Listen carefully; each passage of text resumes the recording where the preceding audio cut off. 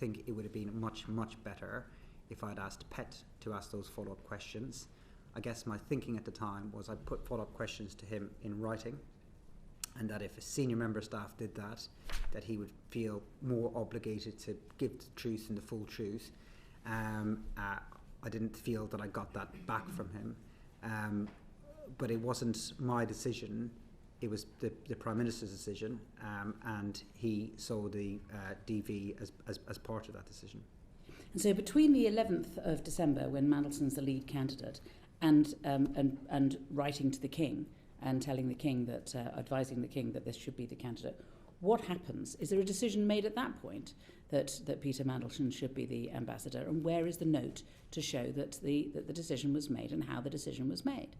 So I tried to get the times as best as I possibly could and dates, but you have to forgive me a bit because I don't have access to my number 10 diary or the Prime Minister's diary. So if I make a mistake, it's not intentional. No, it's fine. So I'll try to give you as best as I can.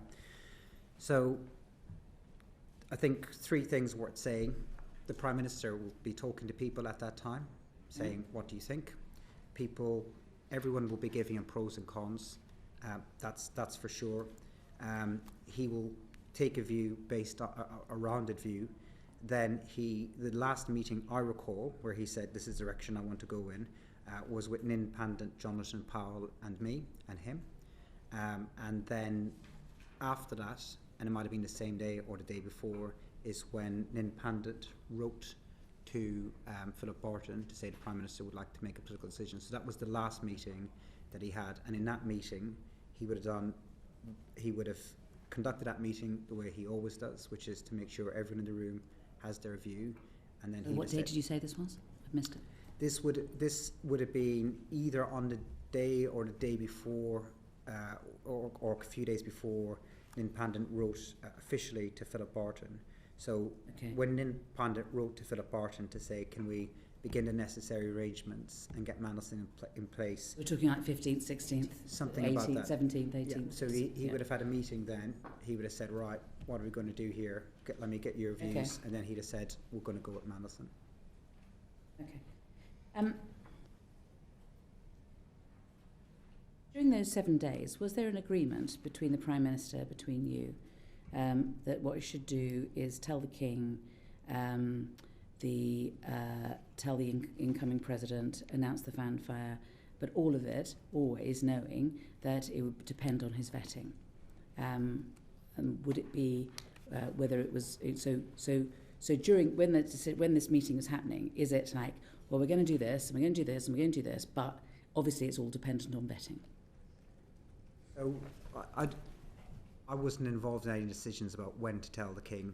I'm not aware of those processes or when the appropriate time to talk to the King or communicate with the King about all of this. I don't think that we discussed that at the time, and I know Simon Case's letter has come out subsequently. I didn't see Simon Case's letter at the time, or I don't recall seeing it. I think it was directly to the Prime Minister rather than to me. And but it makes sense, doesn't it? I mean, you can't appoint somebody, let alone Peter Mandelson, without vetting him first.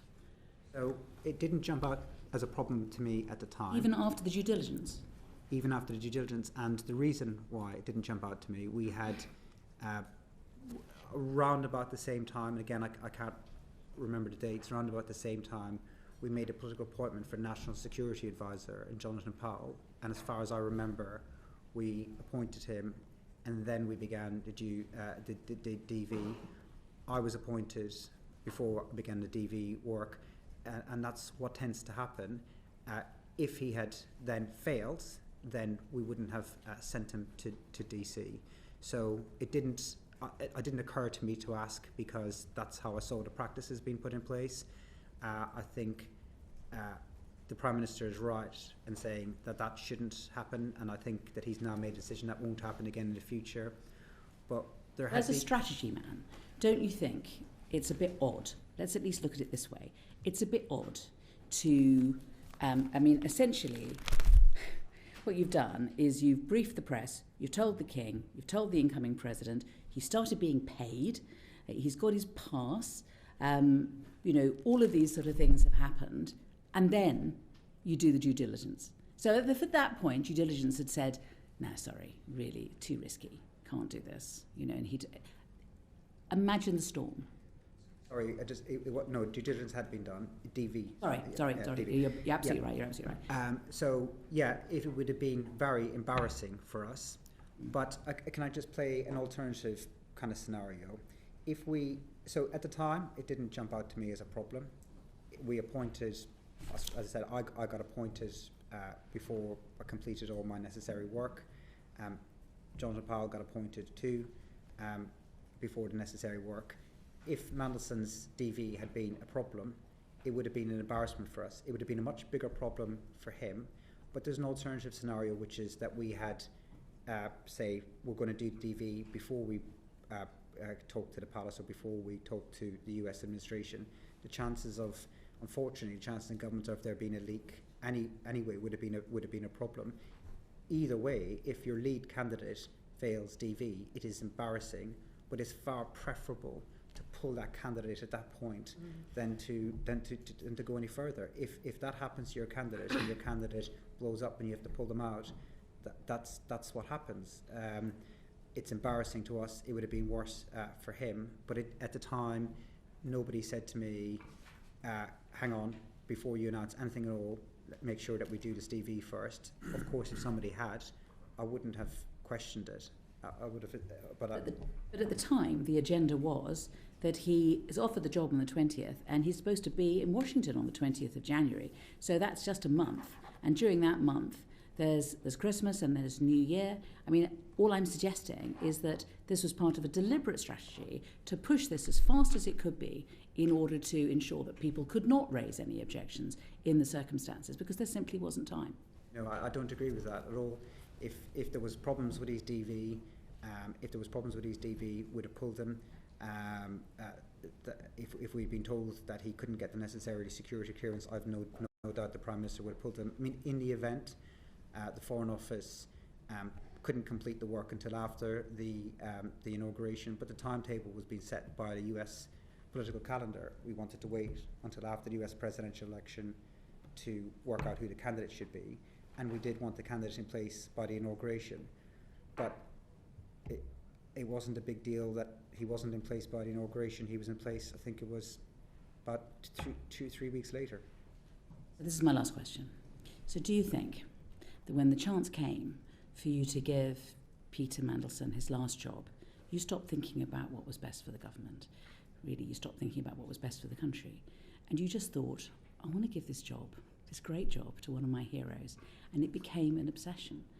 And it may be that the Prime Minister can be criticised for giving you this leeway, but it was a leeway that you abused. And you stopped thinking strategically. You closed your eyes to the risks. You didn't consult the necessary people, the Prime Minister, the Foreign Secretary. You railroaded this through as fast as you could before anyone could realise what had hit them. I don't think that's true. I certainly spoke to the Foreign Secretary a number of times. I have then Foreign Secretary. I have a very good relationship with the Deputy Prime Minister. I've known him for very, very many years. And I would certainly have spoken to him extensively at the time. I don't regard Mandelson as a hero. I think that's an exaggeration of the kind of relationship that I had with him. In every advice that I gave to the Prime Minister, hand on heart, I thought I was operating with a motive in a national interest. In politics, you over decades, you know a lot of people. I've had to, in 20 years in politics, I've had to fire friends from jobs. I've had to turn people down who were desperate for jobs, who were closer friends of mine than Mandelson, who really wanted jobs in Number 10, or people who thought they were going to be ministers, because I've always tried to operate in national interest. The amount of times I've had friends come in and see me or phone me who were really angry at me because they didn't get the job that they wanted to get. That's what politics is. You have to try and always operate in the national interests. Of course, you know people, and then you make judgments that in this case turned out to be wrong, incorrectly. I completely accept that, but it was this was not some heroes trying to get a job for. I thought that his skills as an EU Commissioner would help us to get the trade deal that I think the country needed, because we were very, very exposed after Brexit, and getting that trade deal right was very important. I thought he had the skills to do it. I made the wrong judgment. I completely accept that. But my motive was always in the national interest. Afri, you want to do a follow-up, and then I'm going to Sir John. Is that right? I had a few follow-ups. Oh, well, I'll go to Sir John first, and then I'll go to you, if that's all right. Yeah. Thank you, Chair. Can I just be clear? The Prime Minister had decided that he wished to make a political appointment. Was it you who first said, Prime Minister, I've got the perfect candidate, Peter Mandelson? I think the first person who put Mandelson's name forward was Mandelson. Directly to the Prime Minister, I want the job? Or I think he talked, I don't know if he spoke to him. I think he talked to a lot of people, making it clear that he was interested in the job, including, I'm sure, possibly even members of the press. But yeah, that's where that came from. I don't remember the Prime Minister asking me a view prior to the US election. I think, but I can't remember, but I think he was keeping his cards close to his chest, waiting to see the outcome of that election. And I think there would have been, for a Labour administration, a broader range of candidates available to him had the Democrats won that election. You've set out why you think he was well qualified to do the job, but you've also known him for a very long time, and you will also be fully aware of the fact that he had twice had to resign from the cabinet, that he had business interests with China, that he had a close friendship with Jeffrey Epstein, and also that he was friends with Oleg Deripaska, who was a confidant of Putin. Despite all those things, you still thought he was the right person for the job? Well, to take each one of those in turn, after his last resignation, he had rebuilt a reasonable reputation for himself. He had gone as an EU commissioner, and as far as I was aware at the time of his appointment, and I don't know what will subsequently come of their own investigations, but he had a good reputation. He was seen to have done a good job as EU commissioner. Then he came back into British politics and served as a very senior member of Gordon Brown's premiership, Gordon Brown's government, and again at the time was well regarded as a senior minister in that department. So he had done these two big political jobs long after his last resignation. It's why I think that a lot of the media and a lot of other politicians at the time thought that this was the right appointment for the country. The nature of the relationship that I understood he had with Epstein was not a close friendship.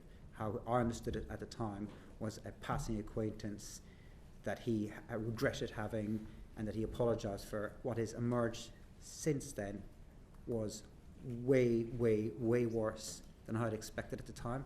And it was when I saw the pictures, when I saw the Bloomberg questions in September 2025, I have to say it was like a knife through my soul. I did not expect that level of connection that he was talking about there. As for the other issues that you're raising, I thought business interests would be dealt with in the Foreign Office, so people look at things like conflict of interests. When we appointed SPADs who have business interests, Cabinet Office and PET would deal with that, so that wouldn't be something I would deal with as a Chief of Staff. And if there was any national security issues whatsoever, then my assumption on that was that would be dealt with by DV, and if there was any national security issues whatsoever, we would then be told if there was a problem, and then the Prime Minister could pull the appointment. So from what I knew at the time, I thought he had re-established himself as a credible political, senior political figure in Europe and in the Brown government. I did not was aware of the extent of the relationship that he had, and I thought that these other issues would be dealt with at other parts of the process. Your discovery of the closeness of his relationship, you say, was a 9.5. But the box note says that you discussed with Peter Mandelson his relationship with Epstein, and that you then discovered as a result of that conversation, for instance, the fact that he stayed in the flat belonging to Jeffrey Epstein after Epstein had been convicted for paedophile offences. That wasn't a discovery that I made. Did you advise the Prime Minister of that? No, that was in the DV. form that was from DV. So, no, beg pardon, you're right. A due diligence form from PET. I wrote to Mandelson after the DD to understand from him in writing what his position was on these issues. That email that I sent to Mandelson and his responses from that, the Met Police are using as part of their investigation. When I was in number 10, I was told that we couldn't share either the questions or the answers to those questions or the email itself with the media or as part of the humble address process until the police were finished with it, because they said it would interfere with their investigation. And so I've stuck to that since I've left Downing Street too.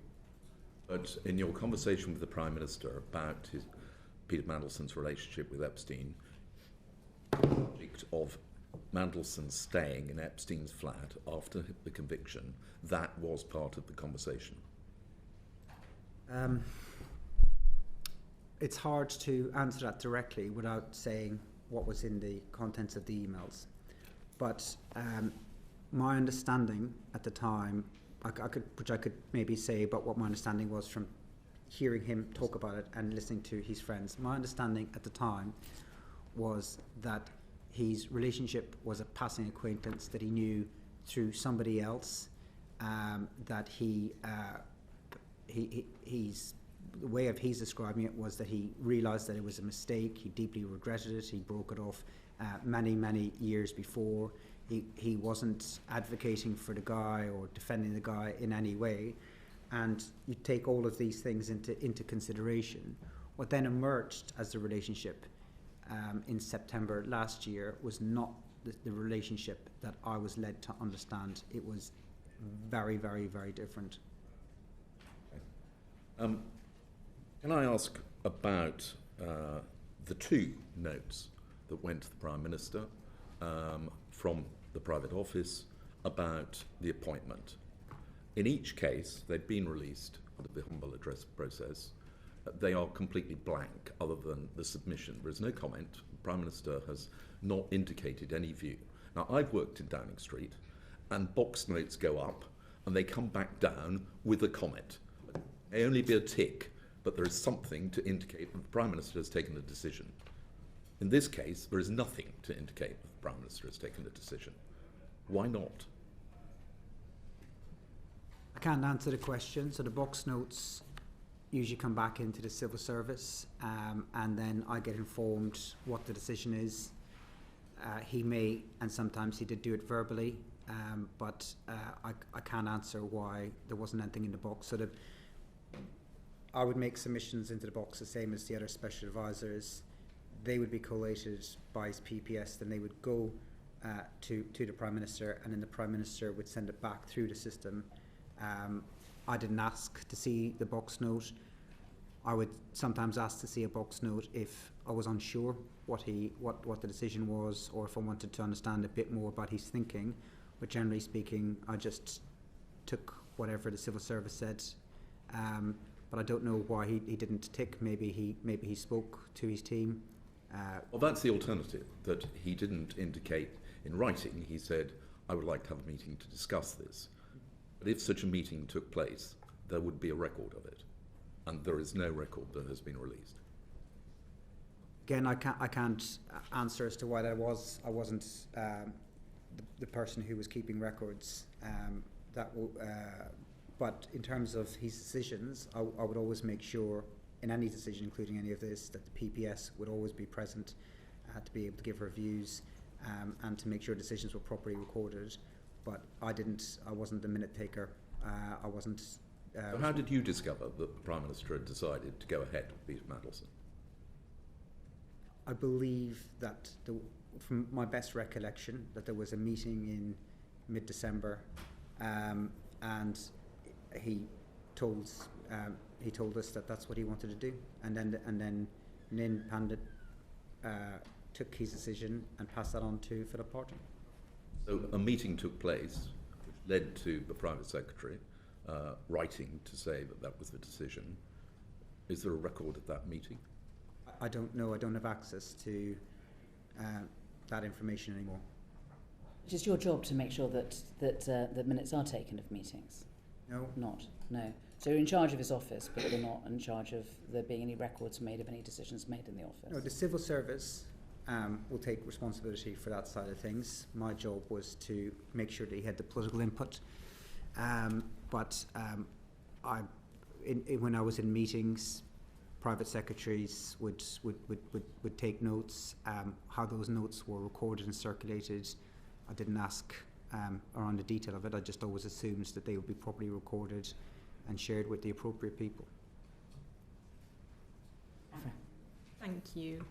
I just wanted to go back over some of the questions that the Chair had asked you and just ask some follow-ups and seek some clarification on some of those. You said that you were out in the States at the start of December prior to the appointment being made. When you were out there, in the conversations that you were having kind of offline, did anyone raise with you concerns that they had about Mandelson's business links with China? No. Okay.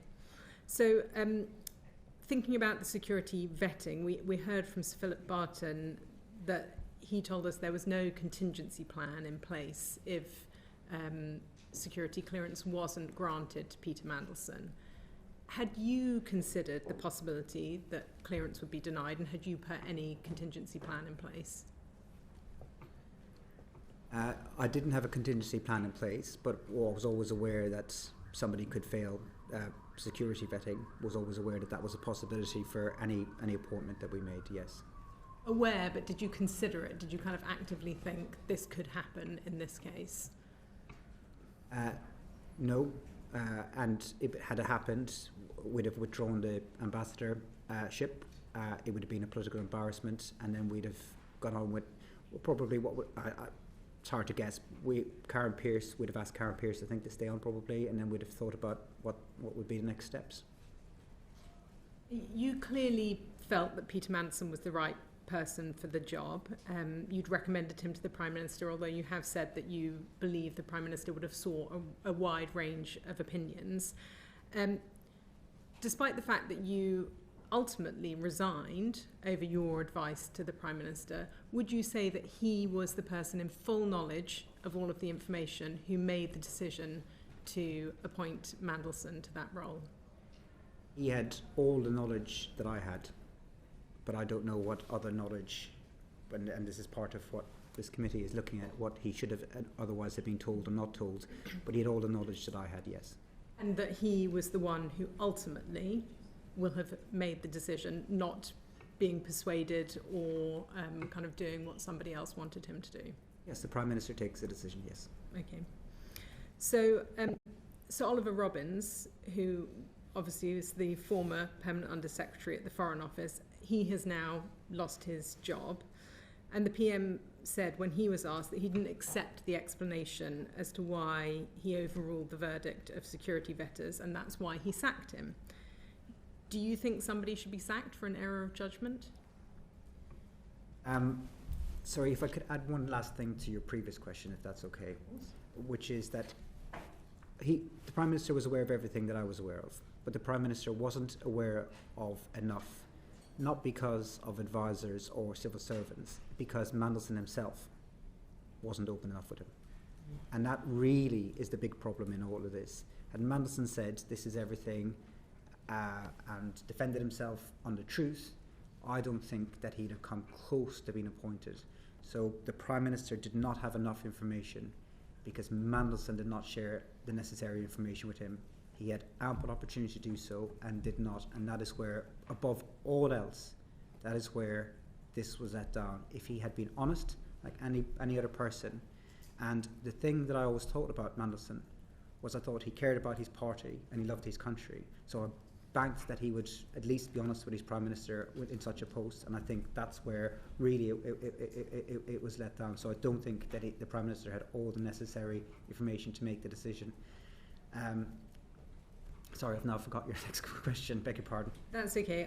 And thank you for your answer on that. I must say it appeared to me that there was a significant amount of information that had come forward in the due diligence, but I think there may be some questions from others on that, so I won't push on that now. My question was about Sir Oliver Robbins and the decision by the Prime Minister to sack him. And I wanted to know, given the reasoning that the Prime Minister gave in the chamber, do you think that someone should be sacked for an error of judgment? I can't really comment on what happened with Oliver Robbins. Sir Ollie. I had left Downing Street at the time, but I know how the Prime Minister works, and I think whatever decision he takes, he will always have been weighing up everything, including listening to people. But I can't really comment on that decision because I left Downing Street at the time. So you think that he will have sought sufficient information that he wouldn't have needed to carry out a fuller investigation, but perhaps suspending him rather than immediately sacking him from the job? I can't say what he did and didn't do because it was after my time in Downing Street, so I'm not privy to any of this information. But how the Prime Minister works, yes, I think he'd have got the necessary information before reaching a conclusion. And I just wanted to check, because you talked about the process that Jonathan Powell had gone through, as far as you understood, in terms of going through developed vetting before he took up the political appointment of being National Security Advisor. But I understand prior to that he was already a special envoy for the British Indian Ocean Territory. Would he not have had developed vetting in that role? I don't know. Okay. And just wanted to ask you a couple of final questions in relation to Matthew Doyle. We heard from Sir Oliver Robbins that the Prime Minister had inquired, as I'm sure you're aware, about a diplomatic role for Matthew Doyle. Why do you think that the Prime Minister didn't want David Lammy, who was the Foreign Secretary at the time, to be told about that request and those inquiries? So it was what was happening at the time was it was clear that Matthew Doyle's time in government was coming to an end, and the Prime Minister wanted me as part of that to discuss with Matthew Doyle next steps, because these are difficult conversations, and the Prime Minister wanted me to convey to him that if he had wanted to stay in government, that he should consider doing so because he had extensive experience in government. The private office asked what vacancies that Matthew Doyle might apply for. There was no suggestion at any point that he would be imposed in. If he had wanted to work in the Foreign Office, Matthew Doyle would have had to apply for any of those posts the same as anybody else. The reason why, I'm sure, but it wasn't my email, but the reason why I'm sure the private office said, please don't discuss this with anyone, including the Foreign Secretary, is because it was a delicate HR issue. Somebody's leaving their job. You don't want a lot of people knowing it. In the event, it wasn't something that was taken very seriously. It was as Matthew Doyle was leaving, and I'm having that conversation with him. People don't really engage in that conversation because it's a tough thing. And I was saying, look, and I would have said to him, there are jobs coming up in the Foreign Office you might be interested in, such as these kind of things.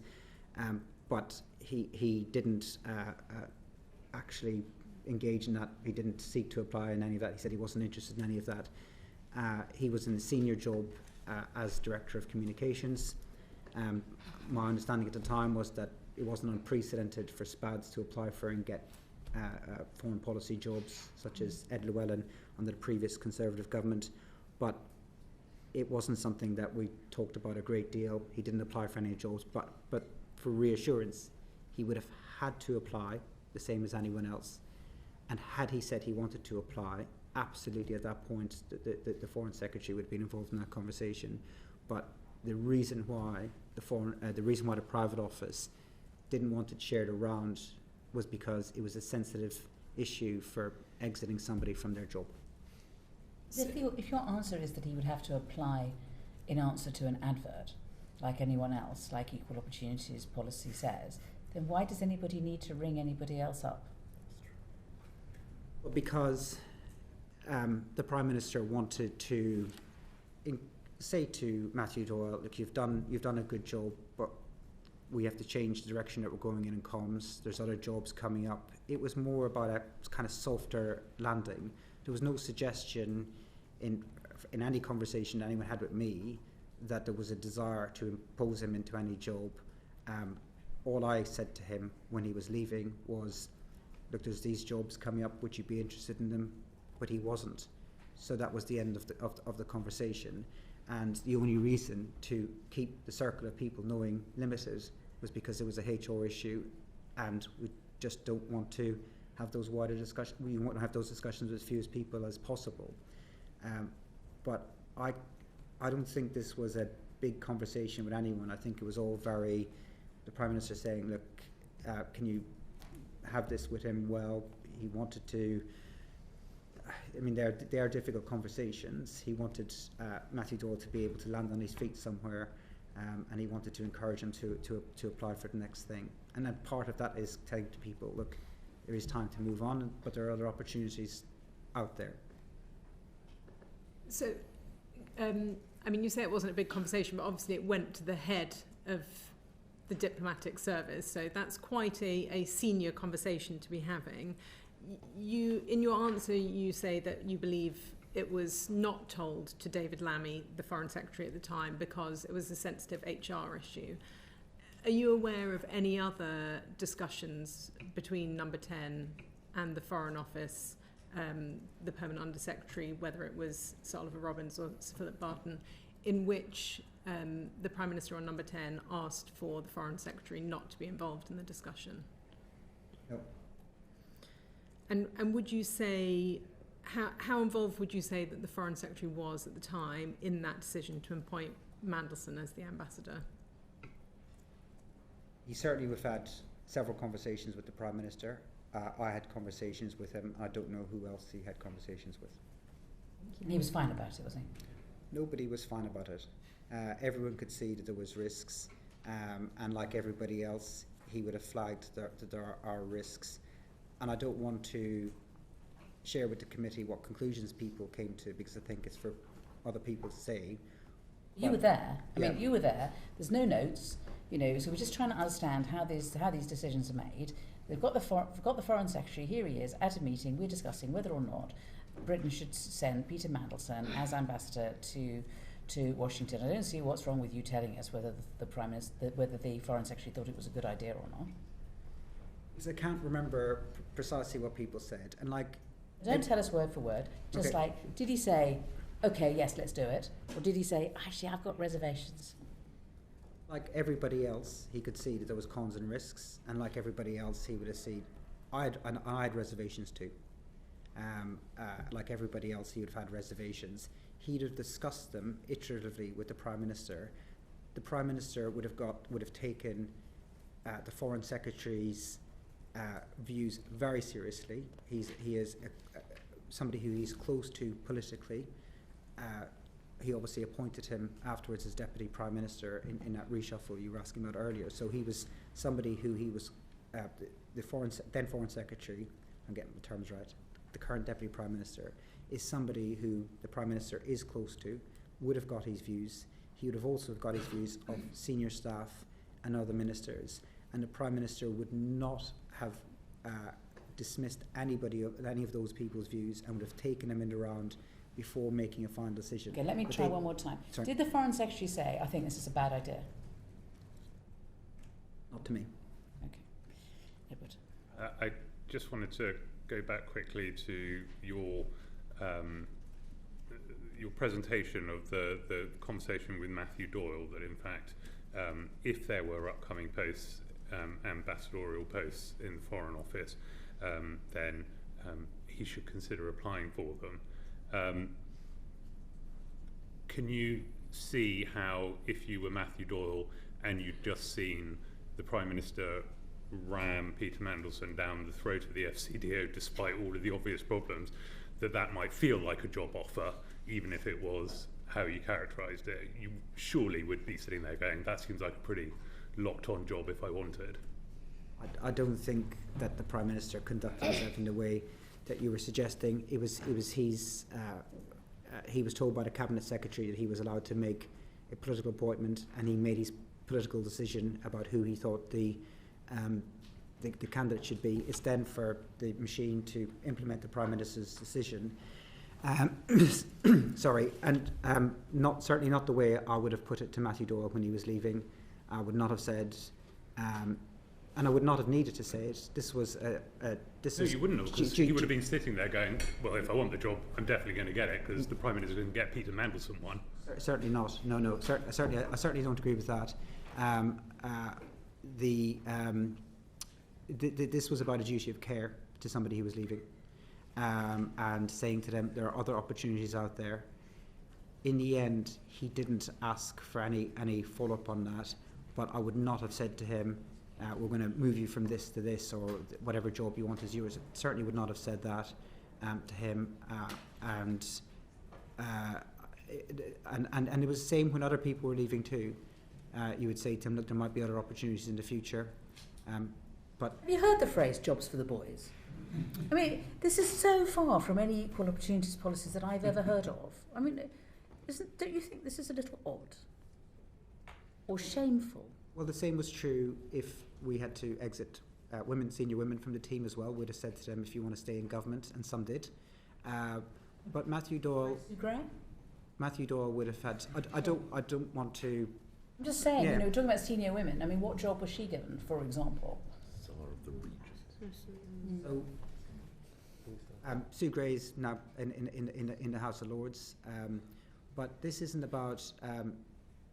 He wasn't promised a job, and had he applied for the job, then the Foreign Office would have considered his application the same as anyone else, and the equalities and all of the other necessary procedures would have had to follow in any direction. So he was. Sorry, Mr. McSweeney, that is not what Sir Ollie Robbins told us. Sir Ollie Robbins told us that Matthew Doyle's name was another one that was floated as a political appointee, which, given that when the Prime Minister politically appointed Mandelson, it was a lock, it would be fair to assume, if you're Matthew Doyle, that effectively the similar guarantee was being made to him.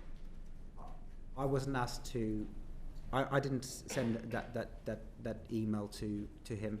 It was the opposite, though, of jobs for boys. He was losing his job, and all I said to him was there might be other opportunities. It was never followed up, and I was not told by anybody, not by the Prime Minister or the private office, you need to go and promise him a job. It was just a simple duty of care conversation. You're leaving the job. There are other opportunities in the future. Do you want to explore them? And it was no, and that was the end of the conversation. Thank you, Chair. I want to take us back to a couple of questions that the Chair asked earlier in relation to Matthew Doyle. So on the 11th of December, the note to the Prime Minister, Director of Communications is recorded as saying that he was satisfied with his responses to questions about contact with Epstein. Matthew Doyle was the Director of Communications. Did you trust his judgment, given what we know about Matthew Doyle?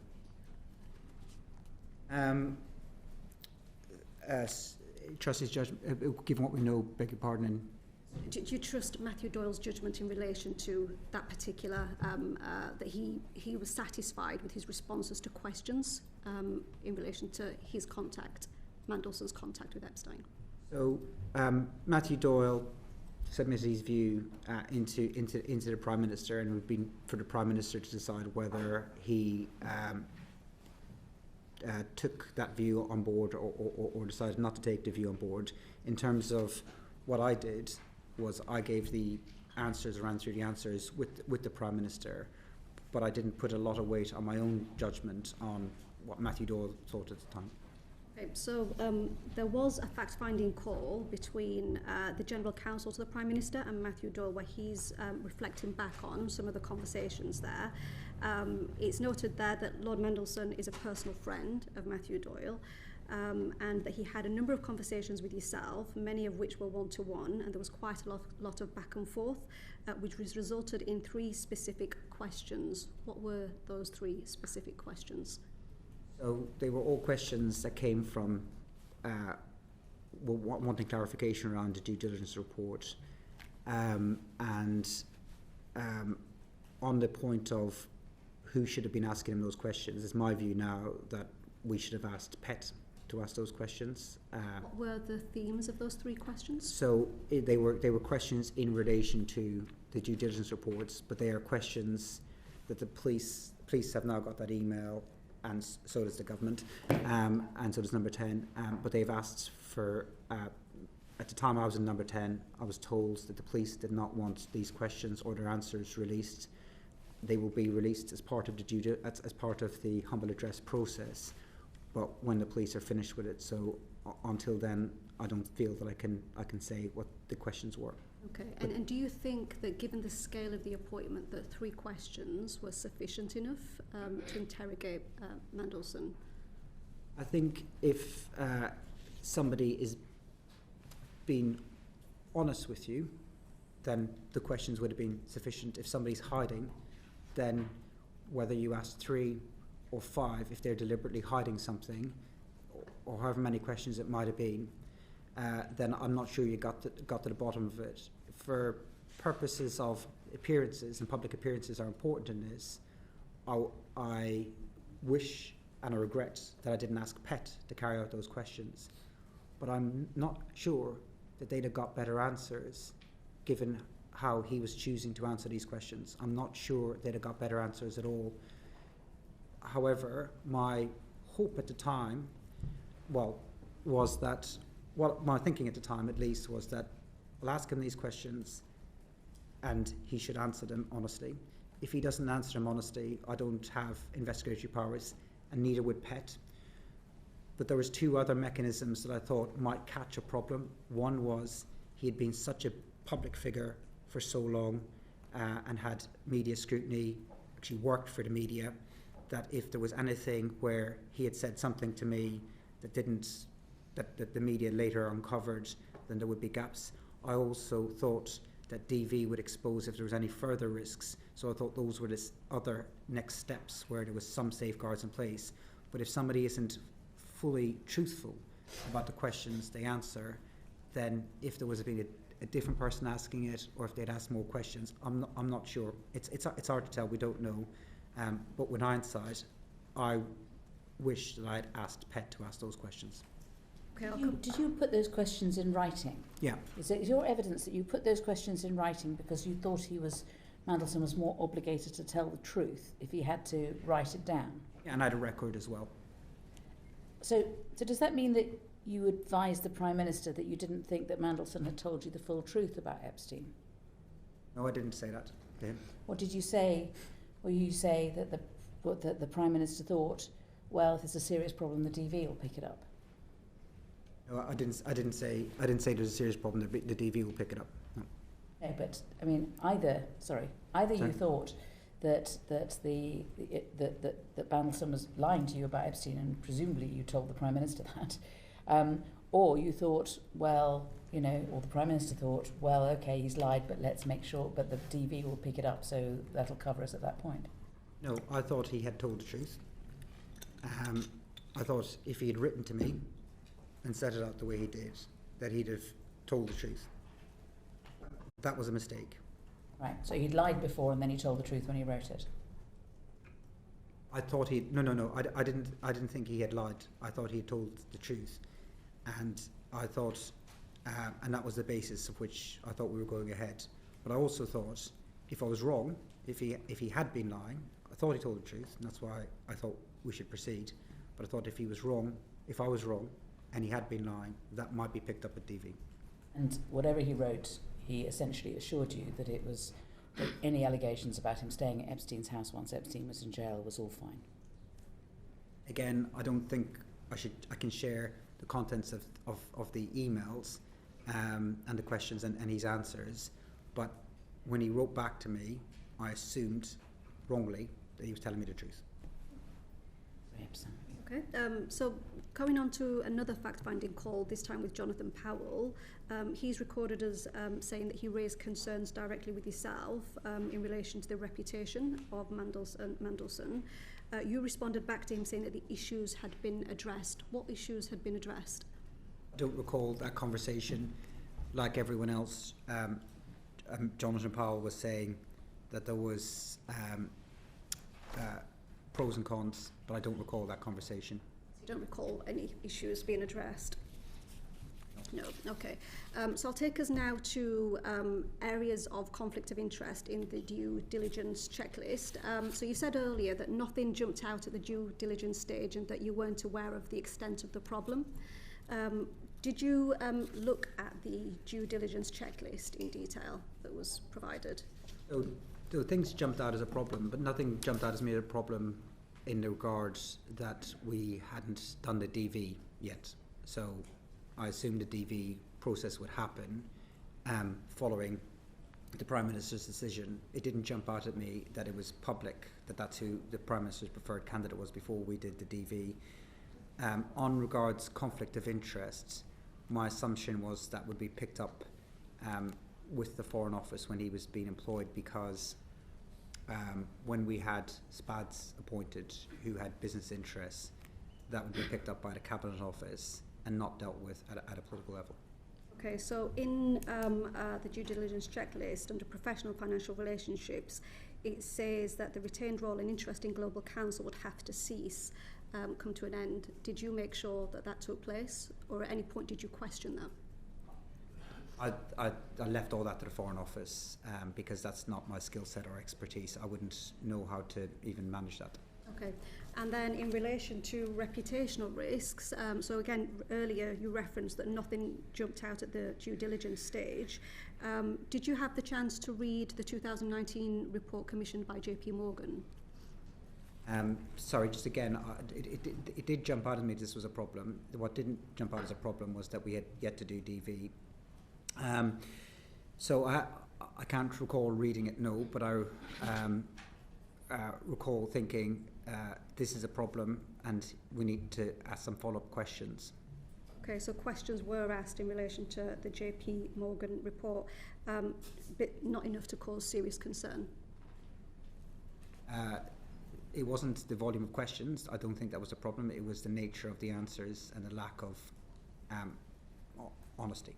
Did you see, have you read the emails between Mandelson and Epstein in the JP Morgan report?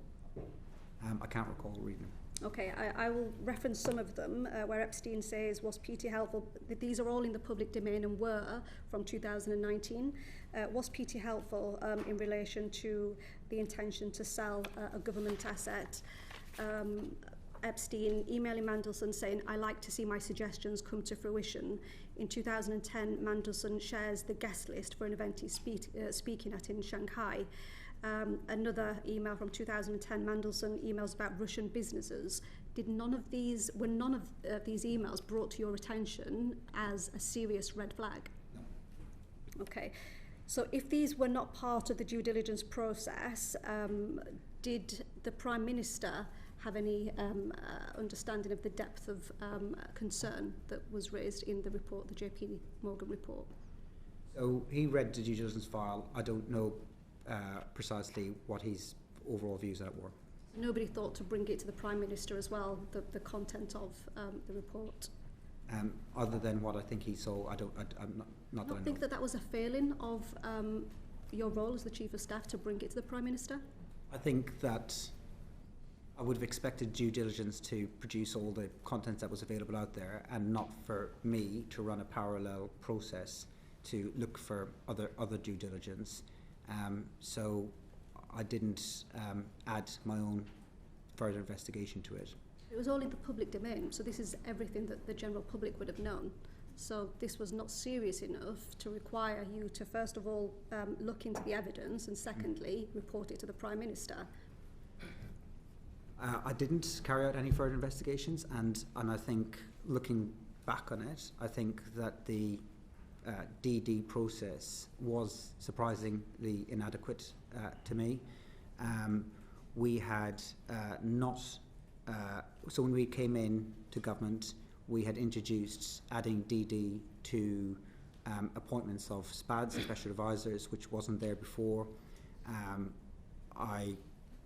We started to use other SPADs to do it because the process, I think, wasn't good enough, generally speaking. And this report, I think, was insufficient. And should I have asked further questions of the report compiling team, then I think that's fair. I think I should have. And final question from me. You said it was wrong to appoint Mandelson. Why is it wrong now, but it was right back then? I think the the reason why I thought it was right then was because of his experience as an EU commissioner. I think what came out in September last year with the Bloomberg emails, I think the pictures and later revelations from the Epstein files shows that the nature of the relationship that he had meant that he was unfit for the job. I want to have another go at an answer that you gave, because I do feel as though you've contradicted it. And I've got a note now. So my thinking at the time was that I'd put follow-up questions to him in writing, and that if a senior member of staff did that he would feel more obligated to give the truth and the full truth. I didn't feel that I got that back from him. But it wasn't my decision. It was the Prime Minister's decision. And he saw the DV as part of that decision. Sorry, let me correct myself. In September, I realised I didn't get the truth back from him. At the time, I thought I got the truth back from him. When I saw the emails and the pictures that came out and that were published from the Epstein files in September last year, that's when it really dawned on me that I did not get the full truth from him then. At the time, I thought he was telling the truth. If I didn't think he was telling the truth, I would have said, this guy is not telling the truth, but I did think he was telling the truth, and that was wrong. So, I didn't feel that I got that back from him, but it wasn't my decision, it was the Prime Minister's. You didn't mean any of that? No, I didn't feel that I got the truth back from him in September last year. Sorry, I might have mumbled my words. I got the answers back from him. I thought that he was telling the truth. When I gave that to the Prime Minister, I did so on the basis that Mandelson had answered truthfully. That was in January, or December, beg your pardon. And in September last year, it became clear to me that he hadn't told the truth. Thank you, Chair. Apologies if we're going over the same point yet, but for the point of clarity, the due diligence report is produced by the Cabinet Office. You received that. Did the Prime Minister receive the full unredacted due diligence report, or did you summarise it, or did you brief him orally? What did the Prime Minister receive? You received the full report. You received the full report. And did you discuss the contents of the report with him? Yes, I believe so, yeah. Okay. And during that conversation happened at a point at which he had read the report, or there's a difference between receiving the report and reading it, I guess? Yes, he would have read the report. He read all these papers. Okay. Did he raise any reservations with you during that discussion? I can't remember particularly which ones, if he did. You wrote some clarification emails to Peter Mandelson, received those replies. Did those responses go to the Prime Minister? Yes. And did you discuss those responses with him? Yes, we would discuss those responses with him, and again, he would have considered them in a round. Okay. So he didn't. Did he express any reservations at that point about the appointment of Peter Mandelson? I can't remember what he said. You've talked about there being pros and cons to the appointment of Peter Mandelson. When you said you spoke to Jonathan Powell, you said that he raised pros and cons. When you spoke to David Lammy, he raised pros and cons. I'm just wondering, outside of Peter Mandelson himself, is there anyone who wasn't raising any cons? Is there any out-and-out advocates for Peter? No, but the same is true of quite a lot of appointments. What, the people have cons. Okay. I guess I'm going back to what you said earlier, which is that the Prime Minister talks to lots of people before coming to the decision himself, but so far everyone you've listed seems to be on the fence as to whether or not Peter Mandelson was a good appointment or worth the risk. I'm just wondering how you get to the point where you've got two candidates, and this is not to speak to the appropriateness of George Osborne in any way, shape or form, but you've got two candidates, one of whom absolutely everyone you speak to says, well, it's a coin toss on that one. So how does that end up being the candidate? So what I haven't said is what each individual person conclusion they came to, in part because I don't remember precisely and I don't want to unfairly represent anyone else's views. Not only would people have said, I think there are pros and cons, but they'd have said, and this is what I think we should do. And the Prime Minister would have got a range of views. and he would have concluded based on the range of views which way he's going to go to. He would not have put up with people saying on the one hand and then on the other, so I'm going to sit on the fence. He'd have said, well, what's your view? What do you think we should do? And then he'd have got all those views and reached a decision. In the aftermath, I understand why people are mostly focusing on the cons that are raised, but I can tell you that there is no way the Prime Minister would just accept one person's view as being pro a candidate if everyone else had been against it. I think even if it had been you. Even if it had been me, yeah, absolutely. Yeah. The Prime Minister has his own mind. He reaches his own decisions. Sometimes he takes advice from me and will go with it, and sometimes when I was there, he didn't. And all these other people that you're talking about are a close confidence to the Prime Minister, people who he's judgment, who he trusts and respects. People like Jonathan Powell, people like David Lammy, these are senior staff that he has in Number 10. These are people who he takes very, very seriously. And sometimes as an advisor, you make advice and the Prime Minister goes with you. And that's what happened this time, and I'm taking responsibility for that advice. There was other times where I'd say, I think we should go in this direction. And the Prime Minister would say, no, I've got a different view, I've got a different candidate, or I don't like your candidate, and he goes in a different direction. In a situation where I want to go in one direction and senior cabinet members want to go in another direction, he's more likely to weight it with those cabinet members. So it depends on each individual situation. But Keir Starmer is not somebody who just takes one person's view before going with it. He is a considerate Prime Minister. He takes on views. He respects the views of people like the current Deputy Prime Minister, the current National Security Advisor, and his senior staff. And he would have taken those views very, very seriously. Yeah, thanks, Chair. Richard. Thank you, Chair, and thank you, Mr McSweeney, for coming before the committee today. I'd like to ask a few questions about communication between Number 10 and the Foreign Office.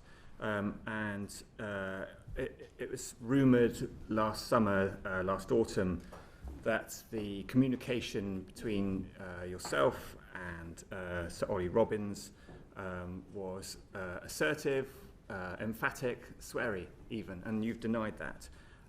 How did you communicate to the FCDO the desire from Number 10 to speed up the approval of Mandelson's developed vetting?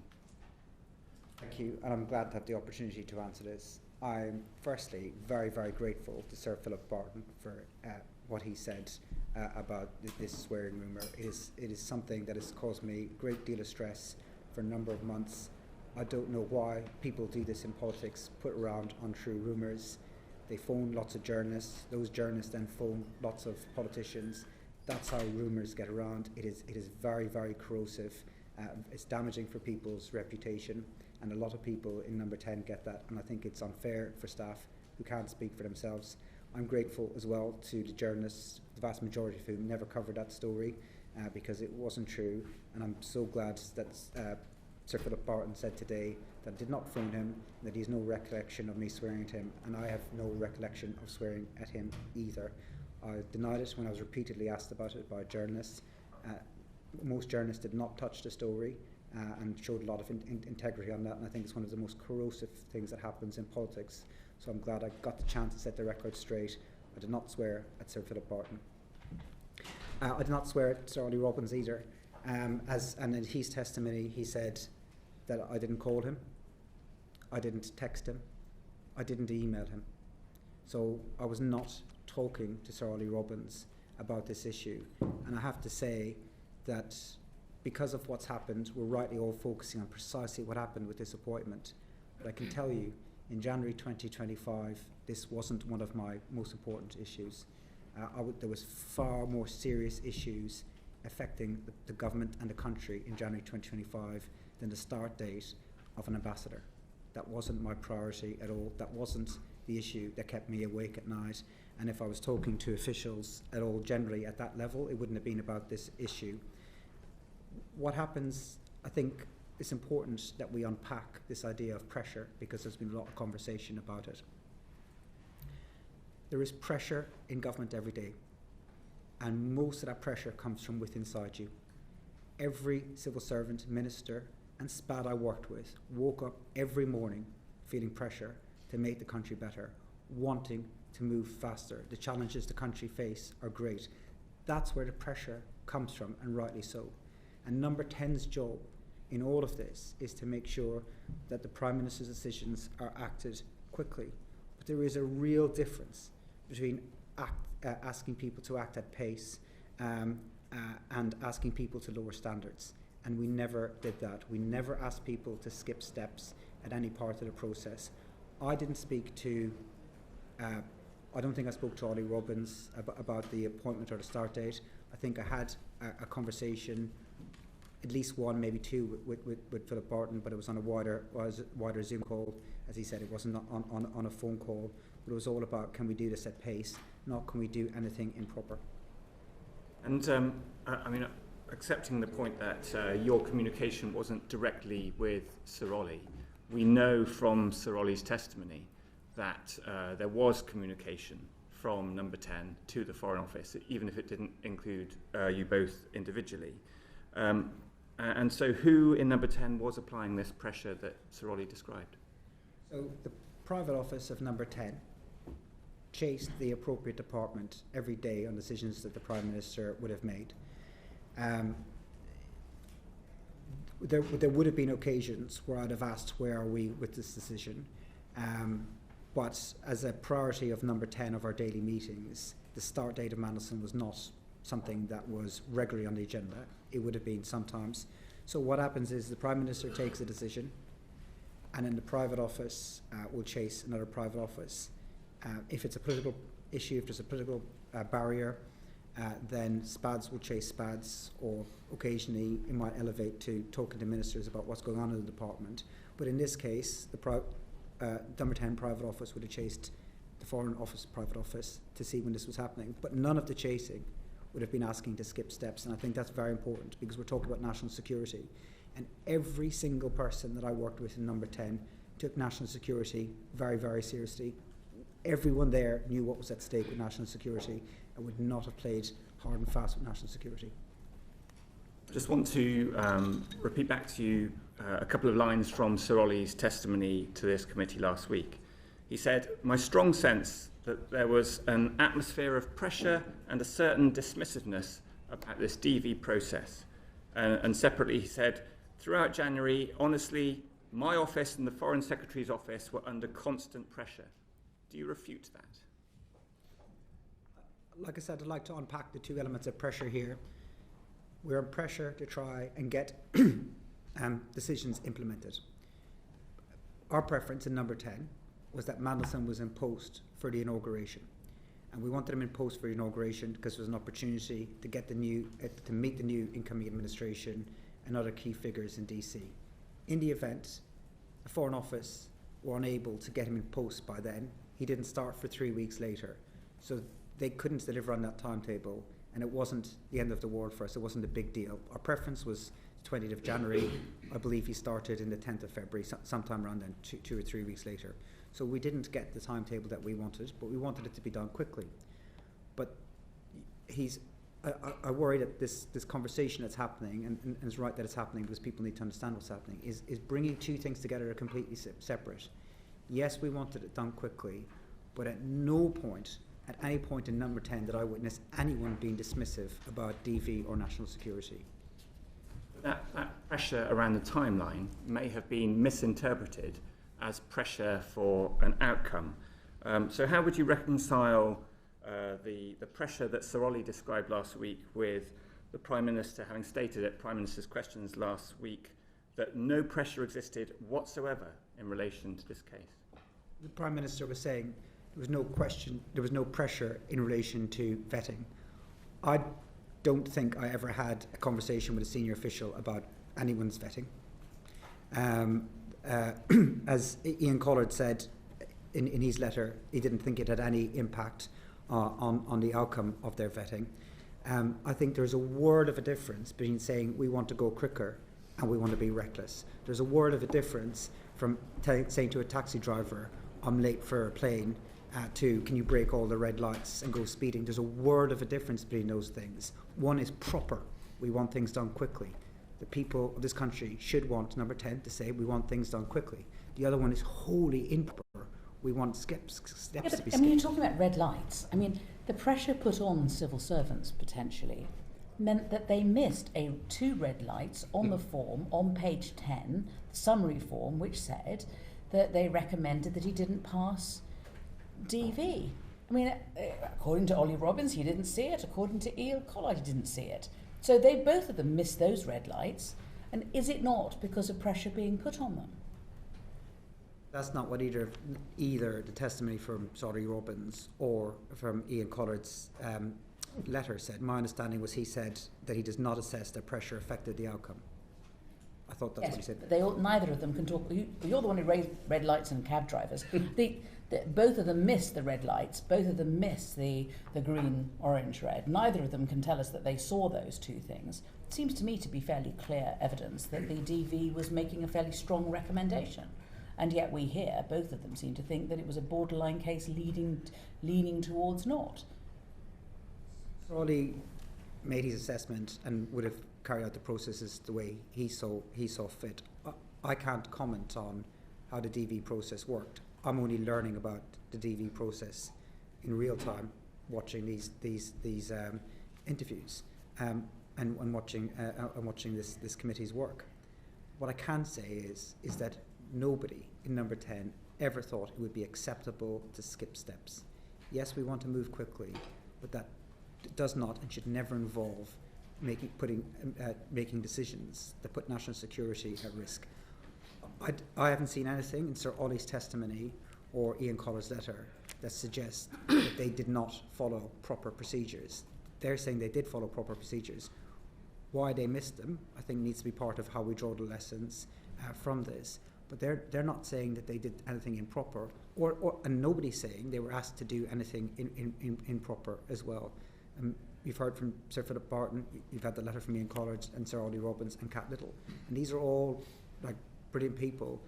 None of them said they would be asked to do anything improper. And from everybody I know in Downing Street, private office people would not ask if other private offices to do anything proper. These are serious people who worry about national security.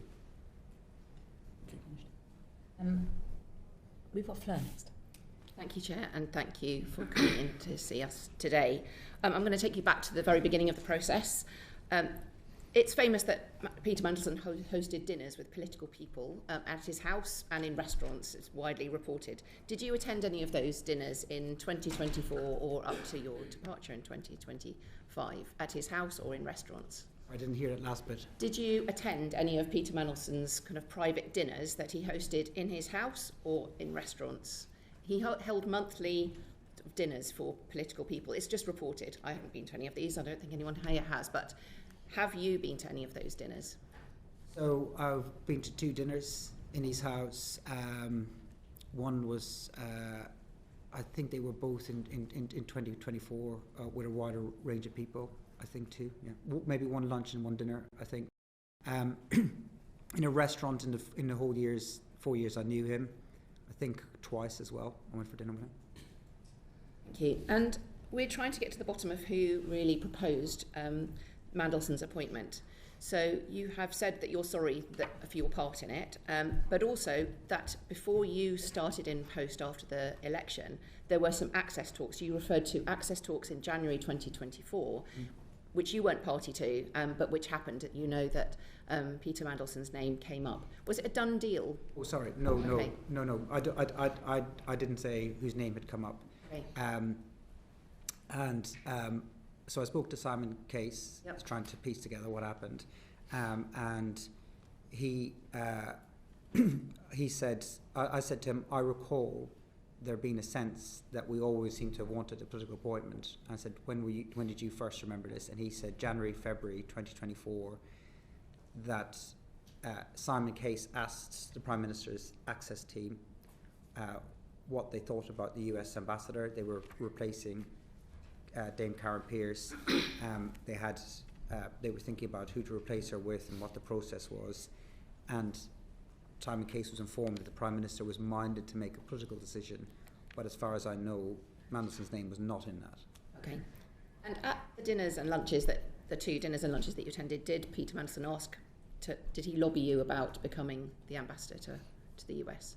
So he did lobby me, but not on either one of those dinners. One of those dinners was after he was ambassador, and I should say also I had dinner when I went to the US in the embassy.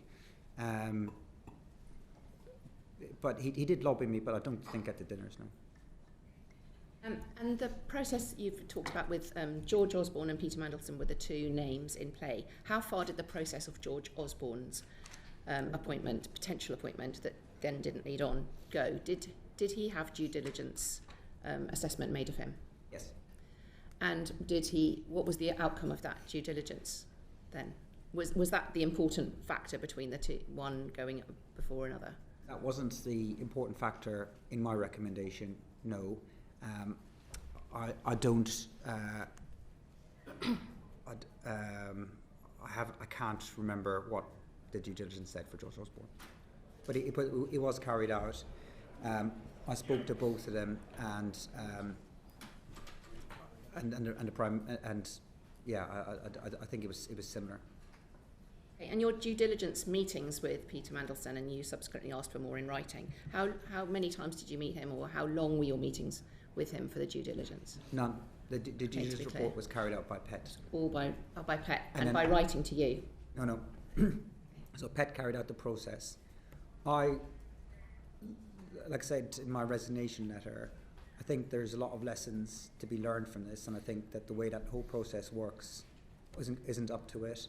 I think there should be, as default, an interview with the candidates for something like this. There wasn't. I was given a report, or the Prime Minister was given a report by the Propriety and Ethics team, which was the due diligence report. That was conducted by them without any involvement of me. They gave that to the private office. I then followed up with some questions, but apart from that email, that was the only part I played in it. So that was the due diligence report that's now in the humble address papers that we've all seen. Is that the report you're talking about? Minus my email. Isn't it? Okay. Do you think the violence against women and girls aspect of this, and I absolutely appreciate you talking about the victims and survivors of Epstein right at the beginning of that, they are very much, and I think I can speak for the whole committee, on our mind as well. Do you think the violence against women and girls aspect of this, the relationship with Epstein, was downplayed during those conversations that you had with the other people advising the Prime Minister and with the Prime Minister at that time? I think it should have been a lot more to the fore, and I know it's something the Prime Minister takes this issue very, very seriously and has done for a great number of years, and I think it should have been way more done so at the time, is my view. But my understanding of the nature of the relationship that Mandelson had at that time, not what I now know, was that he wasn't somebody who had defended Epstein. He wasn't somebody. He was very apologetic from having made kept contact with him. He was very regretful for it. But I think it should have been. I do agree. It should have been much more to the fore at the time. I know you weren't there in the interview. Do you think he was asked enough open questions, or the ability to give the full extent of his relationship? There's no doubt he was.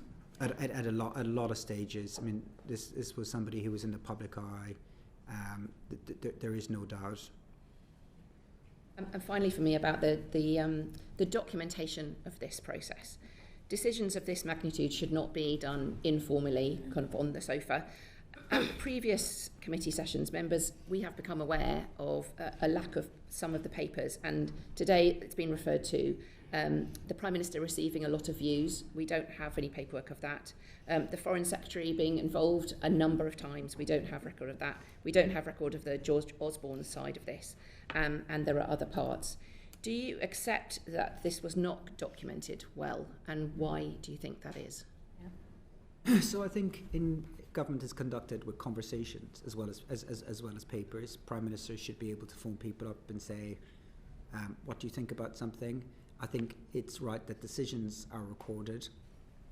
It's difficult for me to say what's the appropriate level of recording the decisions and the minutes, because it's not where my expertise is. I think there certainly needs to be enough that people can see enough of a paper trail, but I also think it's appropriate for the Prime Minister to say, look, I want to get someone's views. I want to have a conversation with him. But those conversations are not the same as where he makes the decisions, and I think there needs to be enough recording around those, but it's not my area of expertise. That sounds great, except that the decisions themselves weren't recorded. That's the point. You know, so, and I come back to the point. I mean, I know you say it's all the civil servants' fault and not yours, but you were in charge of that office where they weren't recording decisions being made. I think they were recording decisions being made on a pretty regular basis. Just haven't told us about them. I saw regular paperwork on a whole bunch of decisions. If I've in any way slighted the people I worked with in number 10, please forgive me, because these were the most wonderful people, very serious people. I'm sure they were, but I just want to see I just want to see evidence of decisions being made in relation to Mandelson and how those decisions were made. And we just, you know, we have the humble address, we have all this paperwork coming out, you know. We haven't seen any evidence of how these decisions were made. We're having to take the memories of witnesses that, you know, as we can see, are different. Anyway, I'm sorry, Edward, you have another question. Sorry, Chair. Yeah, I just wanted to sort of, I guess, return to your original questions at the opening, which is when you're talking about the timeline and that prior to coming into government, in meetings with Simon Case, you're saying that the Prime Minister is already minded to make a political appointment. And according to what you said, at that point, no names were being discussed. But why was the Prime Minister already thinking about making a political appointment when, to this particular post, when we didn't know the outcome of the election, there was somebody good currently doing the job, and a shortlist process for a diplomatic candidate had already been run? What is the logic to saying that job there I might make a political appointment to? So I don't think I said there was no names being discussed. I don't know what names Simon Case did discuss. That I just don't know, because I wasn't in that conversation. In January 2024 and February 2024, my total focus was on the election, and I was very reluctant to have any conversations with anybody about who would do what job if we won the election, because I didn't like that kind of talk. That's fine. I'm just wondering why already, prior to the election, is that there is going to be a political appointment? He didn't discuss it with me. I wasn't intimately involved in preparation for government work. I didn't have a view. I don't remember even having a view of it at the time. The Australians did something similar with Kevin Rudd. I don't know where the origin of that idea came from. Because to the Chair's point about, you know, this looking like it was a railroaded decision, you've already got, prior to the election, the PM identifying that position as somebody who wants to make a political appointment to. You've then got two candidates, and again, not to speak to the suitability of either of them, but one of them is a friend of Jeffrey Epstein. I'm assuming the other one isn't. And everyone you speak to is giving you pros and cons as to is the other one actually a stooge? Is George Osborne just on there as so that, you know, you've got a tick box exercise, there are two candidates? Because you've gone through this entire process ignoring all of the red flags, with all of the due diligence, with every conversation with every single person saying, well, you know, it's a difficult decision. There are pros and cons to that one. Are they also saying there's pros and cons to the other one? And does it not just come down to which one is a friend of a paedophile? So I think there's three things on that. One is, I don't think that he railroaded. If the civil service was being told in January, way ahead of election, that should Labour win a general election, they would look to a political appointment, I think that was ample time to prepare processes, to talk to senior officials, to say this is the direction a Labour administration might want to go in. So that's the first thing. Second is that I think if Kamala Harris had won the US presidential election, I think it would have gone to a different candidate. Third is that the nature of the relationship between Mandelson and Epstein wasn't known to us at the time, and that's not the nature of the relationship that we understood it to be. That's not the nature of relationship that he represented it to be.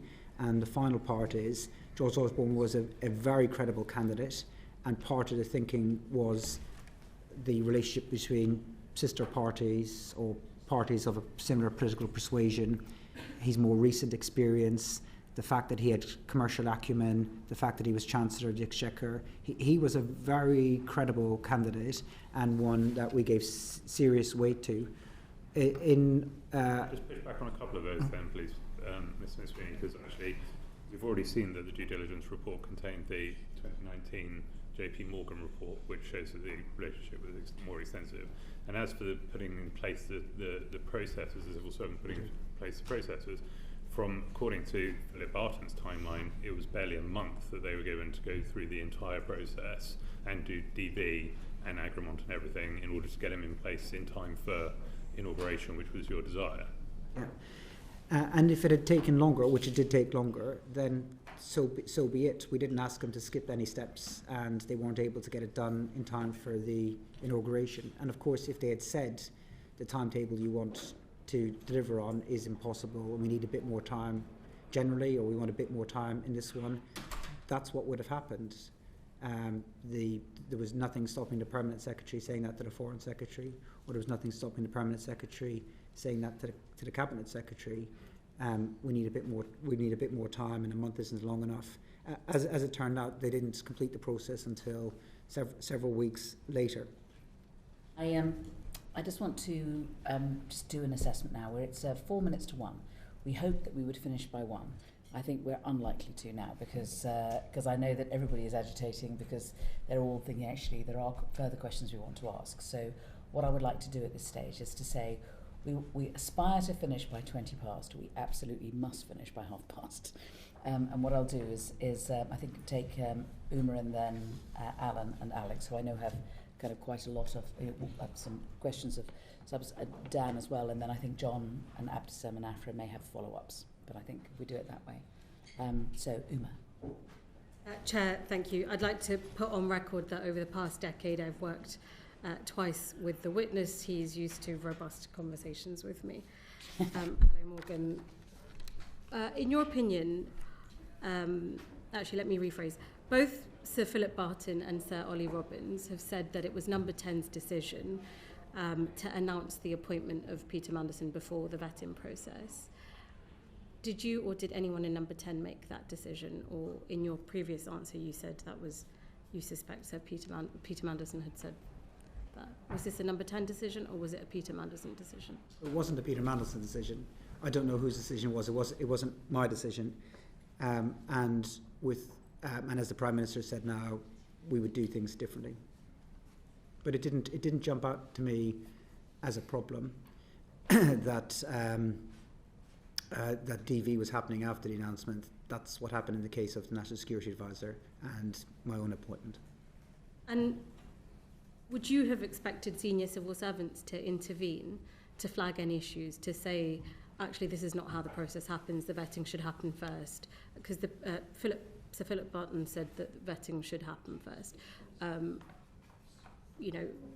We're not from the civil service, we're not to be expected to know this. Would you expect the civil service to have intervened there and told you these things? Yes, if somebody thought there was a problem with how it's being run. I had a pretty good relationship with both Simon Case and Chris Wormholtz as Cabinet Secretaries, met them pretty regularly, and there was always opportunities for them to tell me when and where, which they did do, if they thought a minister was doing something wrong, or if they thought a SPAD was doing something wrong, or if they were unhappy with something Number 10 was doing. And you said that you made clear to the Prime Minister the pros and cons of this appointment, and that you wouldn't have put Peter Mandelson forward had Kamala Harris won the presidency. Do you think the politics of the day was weighing more heavily rather than the trade deal, or were they both hand in hand? I honestly don't know if I'd have put him forward had Kamala Harris had won. I think he wouldn't have got it. I think there were a broader range of candidates that were available to the Prime Minister, and I think he would have probably have gone in a different direction because of the nature of the relationships that were available to other candidates. For me, the top concern was the trade deal. I and his role of the EU Commissioner was a big factor in that. But the potential political relationships were also a factor, yes. Was the Prime Minister led to believe that Peter Mandelson's risks, the cons as you've set out, were manageable? Did you have that conversation with him? Did anyone have that conversation with him? Yes, that was part of his conversations always. And in your answer today, you said that you didn't feel that the truth at the time was put forward by Peter Mandelson in his response to your emails. Did you communicate that to the Prime Minister also? No, at the time I thought he was telling the truth. Okay, and so you didn't raise any issues with the Prime Minister that you had these concerns, you just put these questions to Peter Mandelson, you got the answers, and that was that? I thought they were truthful. Okay, and I asked Kat Little this question. I asked her if the developed vetting would have brought up the information that Bloomberg had in their leaks, really grave issues of Peter Mandelson sharing information about a market-sensitive matters when he was then in government, which is huge and a betrayal of this country.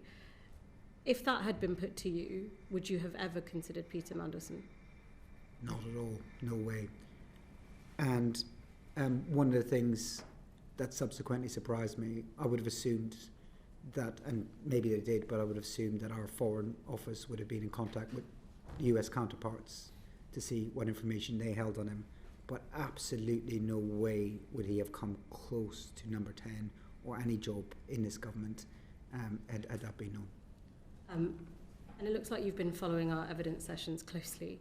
You've seen these traffic light boxes, the UKSV red boxes. It turns out every stage of this process have never actually seen the boxes until this was leaked. So it's a bizarre process all round and one that doesn't seem fit for purpose. Had any of these issues been raised with you by the developed vetting, by the FCDO, by anybody? Had they been put to you as the Prime Minister's Chief of Staff? No, they're completely compartmentalised from SPADs, and as it turns out, more from ministers than I thought it was too. And I think it's quite right that it's compartmentalised for SPADs. I think that there are clearly a lot of things that need to be learned about how all these things will work, but there is no way that anyone in the Foreign Office would have discussed DV, anyone else's DV with me at any point. So I think there's a lot that needs to be learned by this whole process. But and I said, and I felt at the time when all this came out in September, that look, I know what I did wrong. I know the judgment calls that I made that were wrong. I'll live with them for the rest of my life. But as a chief of staff and you're a political advisor, you also relying on the information being presented to you. There's a lot of people in the state whose job is to protect the state, the government and reputation, and you rely on that information coming from you. You don't have the ability to investigate, to ask more questions, to look deeper and deeper. And clearly it didn't work. It shouldn't be reliant on just one advisor giving bad piece of advice and then the whole thing goes wrong. The state needs to be more robust and stronger in all this. And my final question to you, Morgan.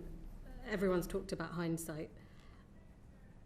There were lots that were known about Peter Mandelson before this appointment, and I appreciate that you have said that you made judgment call that you've since said is wrong. But there's a very well publicised friendship with one of the world's most notorious sex offenders. How was it that nobody within number 10 had seen this as an issue that so many of us had an aversion to? What was going on there that this was not the immediate red flag? So I think the thinking was that the time that he was in contact with Epstein, he presented as being an acquaintanceship. He regretted maintaining contact after his first conviction when he realised whatever he realised. I mean, according to his story at the time, he wasn't defending what this guy did in his first conviction, and he was saying that he was duped into understanding the nature of what had happened. So we got convicted though. He couldn't get around that. I mean, he had been convicted. of sex trafficking a minor. I mean, it's pretty... how do you talk your way out of that? Once a friend has been convicted of that, surely they're no longer a friend, let alone staying in their flat. Yeah, I don't have anyone in my life like that, but he didn't... He did, you promoted him as being the next ambassador to the United States. He didn't say that he was a friend. He denied that he was a friend. He tried to say he was a passing acquaintance, that he was somebody who didn't really know enough about to ask questions. And the due diligence said otherwise? The due diligence didn't say he was a friend, and Mandelson... Stayed in his house. The due diligence said he stayed in his house. Not in my house. All right, Alan. Thanks, Chair. Thanks for your time, Morgan. I think you said earlier that you thought the DV process might also pick up untruths or misrepresentations by Peter Mandelson. Do you know if the answers that he gave you on the Epstein follow-up or the due diligence report was sent to the DV system, the officers, to use as evidence to check the kinds of answers he'd given you? I don't know. Thanks. Thank you. Alex. Thank you, Chair. So we heard from Sir Philip this morning that he felt the speed of the appointment was unnecessary. Karen Pierce was doing a good job. The administration would take some time to set up. And Ollie Robbins, in his evidence, said the whole process felt weirdly rushed. So why did you push for such a short timeline between the announcement and the appointment? I didn't. Did Ollie Robbins say it was weirdly rushed? No, Jonathan Powell did. Jonathan Powell, okay. Jonathan Powell. So the pace of it wasn't raised with me as a concern at the time, other than we said we wanted number 10, and that was a consensus view, in place by the inauguration, so that he could begin the work. And in the end, the Foreign Office were unable to complete all the necessary arrangements by then. So there was no point where, if they'd said we needed more time to carry out further checks, that we'd have said we've got our own timetable here. You need to crack on regardless. So they took the time that they needed to do it right, and all of the evidence suggests that they carried out the processes in the correct way. I think we wanted to get. I mean, it's not unusual for number 10 to say we want things to be happening quicker than the departments are prepared to move in, and it always ends up being number 10 kind of gets some of its own way, and then the department gets some of its own way, and that's what happened in this case. And you didn't think to consult with the head of the diplomatic service on that timeline before you announced it, and then put pressure on to deliver on that timeline? I don't think that we publicly announced our preferred date when we made the announcement. No, I don't think we announced that when we announced that Mandelson was going to be the ambassador, that we said he would be ambassador by this date. We twice heard, both from Philip Barton and Sir Ollie, that the Cabinet Office was asking whether DV was necessary at all, whether because Lord Mandelson was a Privy Councillor that would be sufficient. Presumably Cabinet Office wouldn't have done that off their own volition. Did that come from number 10, and where did that thinking come from? Absolutely not from number 10. I find that bizarre. I would have thought, of course, an ambassador would have to have DV. Where might that would have come?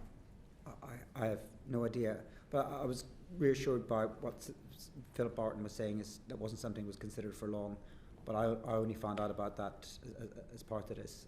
I find it bizarre. I would have assumed that, of course, the US ambassador should have DV. I don't know how serious of a suggestion it was by anybody. You said yourself, because you were appointed without DV and the National Security Advisor was appointed without DV, it wasn't unusual. Do you think that the number 10, when you were Chief of Staff, had a dismissive or an uninterested approach to security vetting because of your own experiences? No. I think everybody in number 10, because of what you learn in that job, takes national security more seriously than any other issue. When you were appointed after the election, what level of security clearance did you have? I think it's common practice for ex-civil servants to not talk about the security clearances they had, and I'll continue that practice, because when you're in post, you're told you can't say what clearances you have. I had all the necessary clearances to do my job, and I saw whatever papers I was given and that process is managed by civil servants. Okay, so you had DV at the point that you were appointed as Chief of Staff to the Prime Minister? I don't want to say what my security clearances were, but I had all the security clearances I needed to do my job, and I completed the forms and the processes and the interviews the same as anyone else. I mean, this whole thing is about security clearances, developed vetting. We've had a long conversation about the process. I think if you had developed vetting at that point when you were Chief of Staff to the Prime Minister, you would be able to tell us. And I'm surprised that you're not telling us. Because what I understand from speaking to civil servants is that the practice is that they don't share what security clearances they had. I'll follow that practice, but only to say that I had all the necessary clearances to do my job, to read the papers I read, to attend the meetings that I attended, and that I completed every form and everything that was asked of me in all of those processes. And do you think that attitude, because it's a different process for SPADs than it is for civil servants, and I got DV when I was in the Foreign Office, as I think every other person does, do you think that contributed to you trying to expedite the process and having an uninterested attitude towards Peter Mandelson getting DV? Not at all. I think there would have been no suggestion from anyone in number 10 to skip steps or to take any risks on national security. But at the same time, I wouldn't have asked the Foreign Office about how someone's security clearance are going, because that's not something the Foreign Office would discuss with me. There are photographs taken, though, of people wearing their passes, and they're different colours. So a green one is DV and an orange one is the lower level. And so there's a photograph of you with a green pass, but not when you first took over the job of being Chief of Staff. So when did you apply for your DV, and how long did it take for you to get it? I don't recall.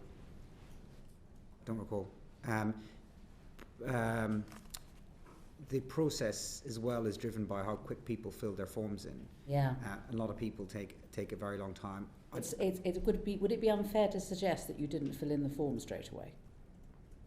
Oh, I don't know. I don't know why you think I didn't fill in the forms. I filled in the forms as quickly as I could. They're quite extensive, and it's not something that you could just sit down in an hour and rattle your way through.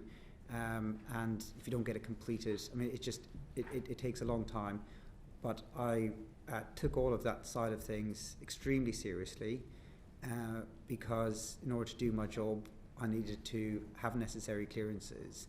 And I filled in whatever forms. You also have to gather a lot of information about things. It takes a while, but I always did it as best as I could and as quick as I could. On the 4th of February, Parliament passed a motion requiring the divulgence of all communications relating to the appointment of Peter Mandelson. On 25th of March, you reported that your telephone had been stolen. Now, the Metropolitan Police have released the transcript of the call you made relating to the theft of your mobile phone. You didn't say, "This is the Chief of Staff to the Prime Minister. My government issue phone has been stolen," which one would imagine would have been taken pretty seriously. You just said, "Oh, hello, someone just robbed my phone." Why did you not make it clear that this wasn't just an ordinary theft, this was a phone which was likely to contain highly sensitive information? So the dates are slightly incorrect. My phone wasn't stolen on the 20th of March. My phone was stolen on the 20th of October. So it was 4 months before. I gave up my government phone pretty much as soon as I left. Within a couple of days, I handed them all my kit back to number 10. My phone was stolen on the 20th of October. I was a victim of crime.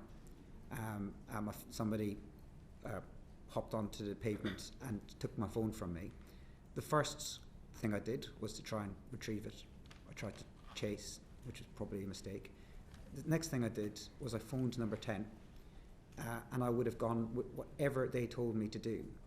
Now, I thought at the time that they would be able to track the phone, and that's what would happen, given, as you say, what's potentially on that phone, and that was my assumption. I then called 999. If number 10 had told me you need to tell the police or you need to tell the call handler what your job is, I would have done so. But otherwise, I didn't do that as a matter of course. I didn't, in any part of my job, go around saying I'm a very serious and senior person. If number 10 had asked me to do that, I would have done that. I also thought, wrongly again at the time, I thought a squad car might come by and I could explain a bit more if a squad car had come by. And then I made further phone calls to number 10 where I'd hoped that they could track the phone and I could tell the police where that phone was. And like you and like everyone else kind of reading about this, I was quite surprised by how limited the security is around Chief of Staff's telephone. One of the reasons the squad car didn't come round may be because you gave the wrong location. You said you were in Belgrave Street, which the operator interpreted to be in Stepney, and you said he turned left, there's a park on top of the road, and the operator said Stepney Green Park, okay? And you said, yeah, he turned left there. No, it wasn't anywhere near Stepney, it was in Pimlico, I understand. So I also said I was in Westminster. So I said I was in Belgrave Street, Westminster, where I think I was on Lower Belgrave Road? No, I think I might have been on Lower Belgrave Street. Okay. So it was some months ago, and I missed the Lower. I didn't see it. I was also missed the operator saying Stepney Park. I was also quite adrenalised. So what happened was I chased the guy who stole my phone as far as I could. I was out of breath. I was completely exhausted because I'm 48 years of age and I shouldn't be chasing people down the street. And then I was trying to go back to the original location that it happened so that I could tell the 99 operator.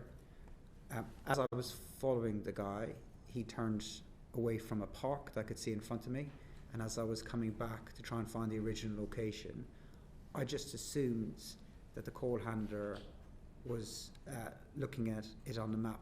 I haven't heard the audio. I can't imagine that I was clear and coherent at the time. I was out of breath, I was adrenalised, and if I gave any wrong direction, it wasn't intentional, but I did say I was in Westminster, and why the squad car didn't come had nothing to do with how the call handler had heard it. The call handler had said the squad car wasn't coming while we were on the call, and if the call handler had said to me the squad car is there, I'd have been much more precise about where I was so that I could meet the police at the time. And as I said, I had thought wrongly that my phone would be tracked so I could retrieve my phone. Can we take it that your phone would have contained quite a lot of communications, either with Peter Mandelson or about Peter Mandelson's appointment? Probably not as much about his appointment. That hasn't already been available to number 10, because when he was sacked, number 10 did do its own I wouldn't say investigation, but its own research on what happened and why it happened. And as part of that process, I was asked to share messages and emails about the appointment, and also been interviewed, as were other members of staff. So those messages are therefore recorded somewhere?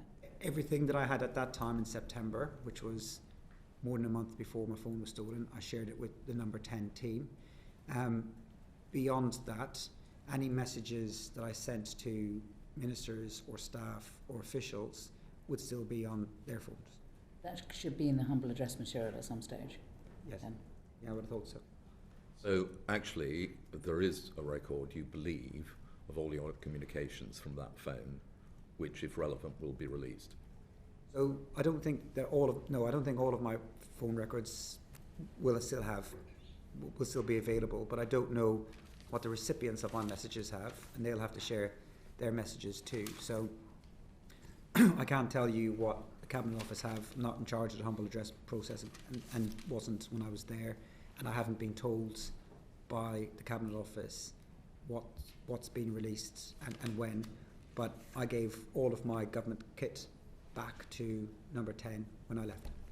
One would assume that given the sensitivity of the material on this phone, and there may be all sorts of things besides Peter Mandelson, that there would be quite a robust effort to try and recover it. Has there been any news as to whether or not it's been found? Or Police keep me up to date, but I don't think that I should share the latest. But they haven't found the phone. No. Just very quickly following on from Sir John's questions, so for the missing period from October onwards in relation to the content of your phone, was it not backed up to a cloud or linked to a device, or have we lost all data for that period? So from October 20th to my departure, all of those messages should still be on the phone that I gave back to the government, so they should have all of that. For everything prior to that, whatever the settings were on the phone, I didn't change them, so I didn't change whatever default settings people have on WhatsApp. It could be linked to a cloud. It could be backed up somewhere. I don't know. I don't know. My understanding is it's not, that they don't go connect back to the cloud, but whatever the default settings were on my phone, I just kept those. The government phones are pretty restrictive at what you can do as a member of staff with them. When I became Chief of Staff, we couldn't copy and paste on those phones. Thank you. Did you have disappearing messages on your WhatsApp? That's the question. Yes, with some people, yeah. With most people. Yeah, I think I did. Peter Mandelson, did you have disappearing messages? I probably did, yeah. I've got just one other sweep-up question before I go to Afra. You've been asked about dinners with Lord Mandelson. I wondered if you could also tell us. I think there were also monthly dinners at Lord Liddell's, which I believe Peter Mandelson used to attend to. And were you attending those? I attended a couple of dinners with in Roger Liddell's house that Mandelson was at. The reportage of these dinners, I think, were just made it sound like these were something that was happening when we were working in opposition. I read about them in a book. They weren't. We all know what book it is. Yeah, I mean, it's was it not also a part of the history of Labour Together as well? No. So I'll explain a little bit about it if I could, because I think there's a bit of stylisation going on.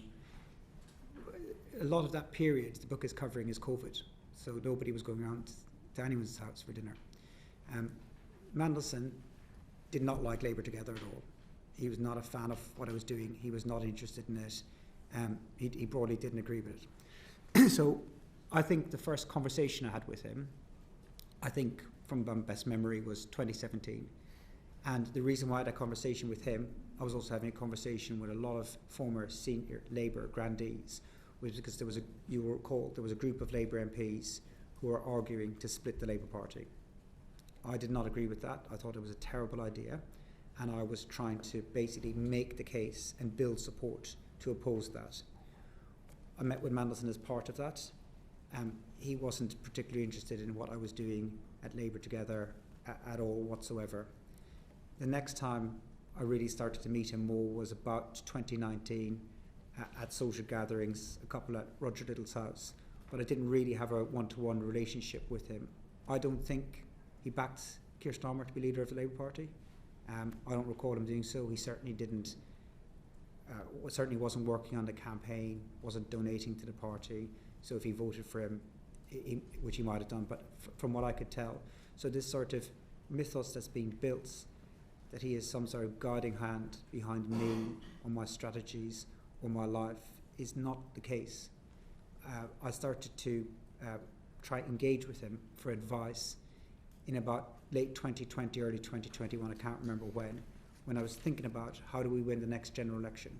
I also did so with characters like Margaret McDonough or Spencer Livermore or people who had run campaigns before, because I wanted to know what a winning campaign would look like, and he had been part of one in 1997, and that's why I engaged with him then.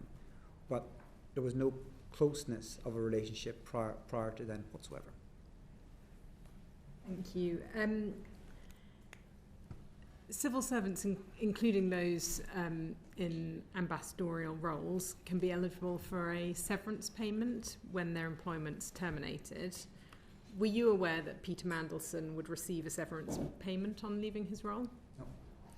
So at no time until it came out in the media were you ever told or aware that he would get payment? You weren't consulted at any stage on the terms of his departure? I wasn't consulted on his departure. I don't know if I was aware, but I wasn't consulted or didn't give a view, wasn't asked for a view. Okay. And were you aware whether others in number 10 were considering whether making a severance payment would reduce the likelihood of Lord Mandelson potentially becoming a public critic of the government? I don't know. His contract is with the Foreign Office. Okay. So you don't recognise the kind of reports that there may have been emails that said that if they paid him off, it would limit his reputational risk? Just what I read. I wasn't in those conversations, so I don't know much about it, I'm afraid. But do you believe those conversations may have taken place? I don't know. Okay. Not with me. And I think you just got... Just for the record, I attended a dinner at Roger Liddell's with Peter Mandelson, I believe after he was appointed ambassador. Yeah. And was Morgan McSweeney there? That's the last question. Thank you very much. Thank you for your time. I'm sorry we've taken so long. If we could, everyone could remain seated for the moment. Order.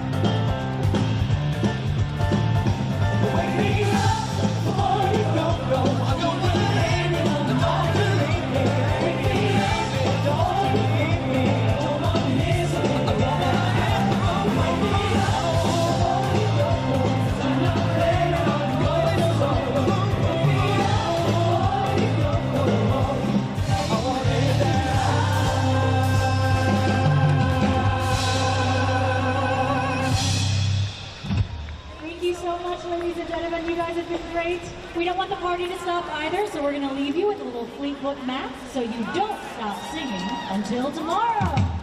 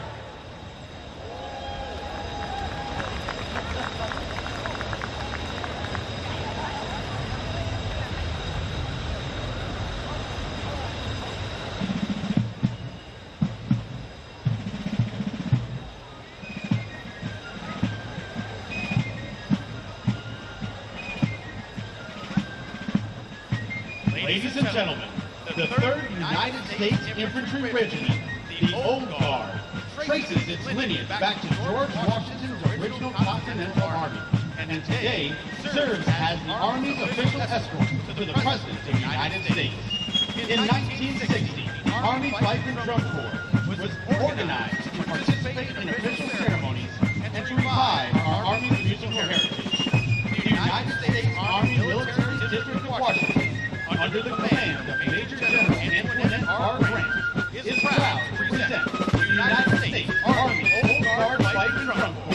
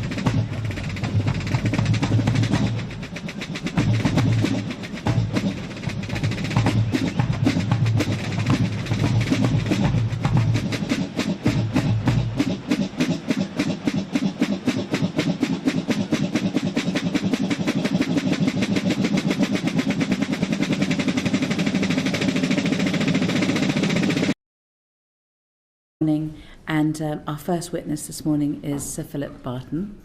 Thank you very much for coming. Welcome. You've been in front of the committee a few times now, and when you were permanent Under Secretary at the Foreign Office, it's nice to see you. I imagine that you thought one of the benefits of retirement was that you weren't going to see us again. I'd like to be able to say, Chair, it's nice to be back, but I'm not sure that's entirely honest. But anyway, I might be accused of misleading you. But I think the thing to do is to remind you that you're no longer a civil servant. So I suppose the first question is you did have eight months left on your contract before you left. So why did you leave? But, I'll be honest and open with you, and I'm no longer a civil servant. It wasn't my choice to leave at that point, Chair, and I would have preferred to see out my tenure. But after what I think was a very successful transition to the Labour team in the FCDO, David Lammy wanted to make a change and told me that, and told me he wanted somebody who would lead the department over the years ahead and carry out a major transformation programme. So I agreed to leave, and just to finish my thought, major transformation programme of the department means what? Well, means 25% cuts in the staff. That at the time wasn't obviously known because there hadn't been the spending review, Chair. But it's not that unusual. Just to finish my thoughts on this, for a permanent secretary to change, following a change of party of government. So I agreed to step down in January of last year. Okay. I know that you were really only properly involved in the process for the appointment of Peter Mandelson for a very short time. So I think probably basically December to mid-January. But can I just take you back to a few months prior to that?